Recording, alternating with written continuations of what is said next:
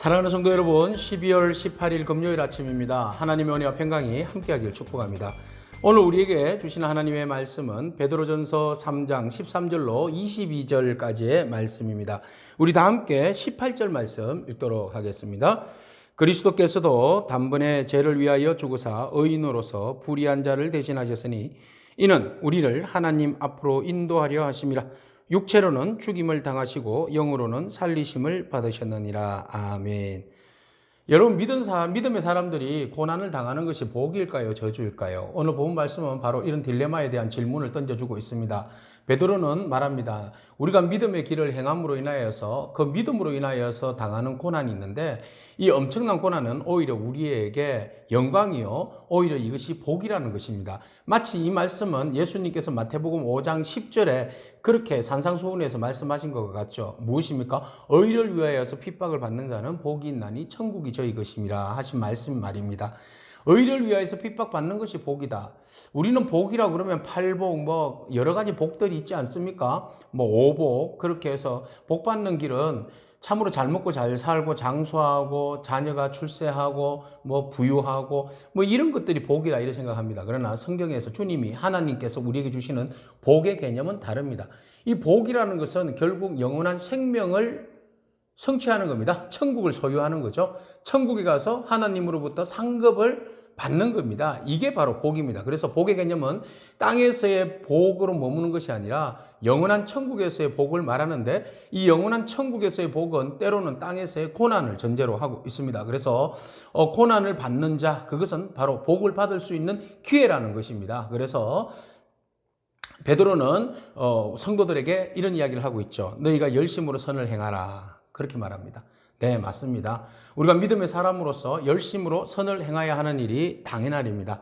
그래서 의를 위하여서 고난을 받으면 복이 있다라고 베드로는 말하고 있습니다. 예수님과 동일한 말씀이죠. 그래서 믿음의 사람들은 의를 위하여서 고난을 당할 수밖에 없습니다. 세상은요, 참 이상합니다. 의로운 사람들을 칭송하고 높여줘야 되는데 의로운 사람들에 대해서 굉장히 핍박을 가하는 경우들이 참 많다는 것이죠. 바로 이게 공중권세 잡은 사단의 일입니다. 사단은 의를 싫어합니다. 그래서 의를 깨려고 하고 의로운 자들을 핍박하여서 그 의를 이루지 못하도록 온갖 방법을 다 동원한다는 것이죠. 그러나 그 고난의 휘바람이 회오리바람이 거칠게 몰아닥친다 할지라도 믿음의 사람들은 그 의를 이겨낼 수밖에 없습니다. 그래서 그 의를 바라보면서 선한 일을 도모함으로 인해서 많은 사람들을 유익하게 합니다. 그래서 어떤 사람들은 말합니다. 너희가 그렇게 고난을 당하는데도 그렇게 선한 행동, 선한 일을 소망에 관한 일, 바로 천국 소망이죠. 예수 그리스도입니다. 예수 그리스도를 전하는 이유가 뭐냐라고 물으면 그때 너희들이 그것을 온유하고 두려움으로 잘 말해줄 수 있도록 준비를 해두어라. 이렇게 베드로는 말하고 있습니다. 그렇죠? 왜 너희들이 고난받으면서도 그렇게 소망에 관한 이야기를 하고 있느냐? 내 같으면 그런 위협을 받으면 포기하겠다. 이렇게 말하는 것이 세상 사람들의 이치입니다.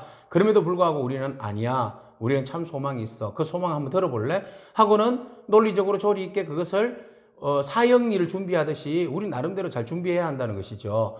남들이 묻는데 왜 그렇게 고난 당하고 있어? 왜 소망을 가지고 있어? 라고 물으면 버벅거리고 말 못하면 그거는 말이 안 되죠. 분명한 논리적으로 확신을 가지고 있어야 된다는 것입니다. 그래서 남들이 물을 때에 베드로는 이런 이야기를 하라는 거죠. 바로 그리스도를 들으라는 겁니다. 예수 그리스도께서 어떻게 고난 가운데 의를 위해서 십자가에 못 박혀 돌아가시고 죽으시고 부활하시고 성천하셔서 하나님의 그 우편에 앉으셔서 권세를 누리셨는지 그 이야기를 하면 된다는 것이지요. 바로 그 이야기를 우리에게 소개하고 있습니다. 바로 선을 행하고 선한 양심을 행함으로 인해서 우리가 고난 받는 것이 당연한데 18절에 보면 그리스도께서 단번에 죄를 위하여 죽으사 의인으로서 불의한 자를 대신했다. 그죠? 예수님께서 의로우신 분이신데 우리 모든 사람들 불의한 우리를 위해서 고난을 받으셨다. 그 고난 받는 이유가 뭡니까? 우리를 하나님 앞으로 인도하려고 하심이라. 우리를 하나님 앞으로 인도하여서 새 생명을 얻고 구원을 얻어서 하늘의 복을 누리게 하기 위하여서 기꺼이 의인이 의롭지 못한 우리를 위해서 고난 받으셨다. 그래서 그 고난이라는 것은 사실은 어떤 일입니까? 죽임을 당하시고 주님이 영으로는 살으셨는데 그 고난 당하심은 바로 우리를 영원한 생명으로 이끌기 위한 보람된 일이었다는 것이죠. 이게 바로 선입니다. 좋은 일이죠. 바로 주님께서 행하시는 그 구원의 놀라운 일들은 고난을 통하여서 우리에게 생명이 주어진 겁니다. 그래서 고난은 나쁜 게 아닙니다. 고난의 결과는 선입니다. 좋은 결과를 낳게 되어 있습니다.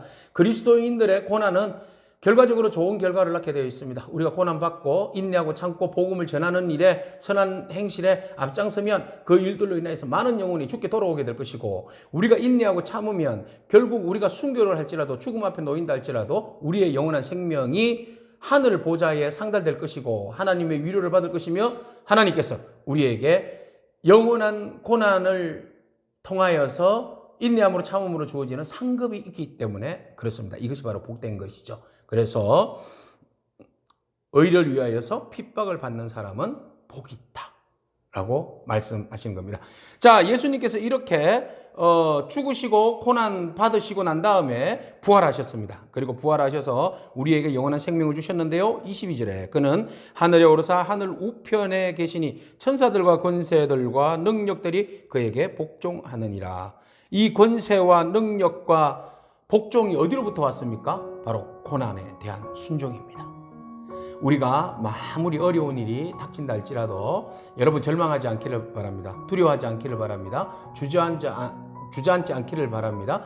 그 고난은 당연한 과정입니다. 영광의 길로 가기 위한 하나의 과정이라는 것을 여러분 기억하십시오. 그래서 그 고난을 인내하고 감내하십시오. 기쁜 마음으로 그 일들을 감당하십시오. 그 중심에는 무엇이 있습니까? 하나님의 나라를 위한 우리의 선한 행실과 양심에 있습니다. 우리가 주님의 나라를 위하여서 이 땅의 것을 손해를 보더라도 열심을 다하는 사람, 하나님께서 그들을 축복해 주시고 오히려 그것이 하나님 나라의 상급을 받을 수 있는 기회라는 사실을 잊지 않기를 축복합니다. 오히려 억울한 일과 고난의 때는 우리가 복음을 전할 기회이면서 하늘의 상급을 받을 수 있는 놀라운 기회라는 사실, 그것을 여러분 기억하시고 오늘도 선한 일에 최선을 다하며 고난도 믿음으로 감사함으로 기쁨으로 이겨내는 저와 여러분이기를 축복합니다. 아멘. 기도하겠습니다. 하나님 감사합니다.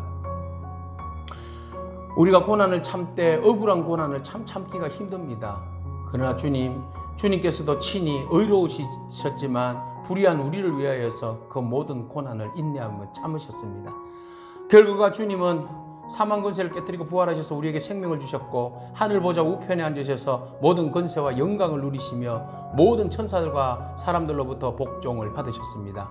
하나님, 그 복되고 귀한 것을 우리에게 허락하여 주셨는데 하나님, 그 모든 복을 우리가 다 누리기를 원합니다. 의를 위하여서 핍박을 받고 고난받는 자 복되다 하신 말씀, 천국이 저희 것이라고 하신 말씀, 하나님 우리가 천국을 누리기를 원하오니 하나님 우리의 삶에 축복하여 주시고 믿음으로 그 고난을 이겨내게 하옵소서. 예수님에게 하신 이름으로 기도합니다. 아멘. 여러분 고난을 믿음으로 승리하기를 축복합니다. 아멘.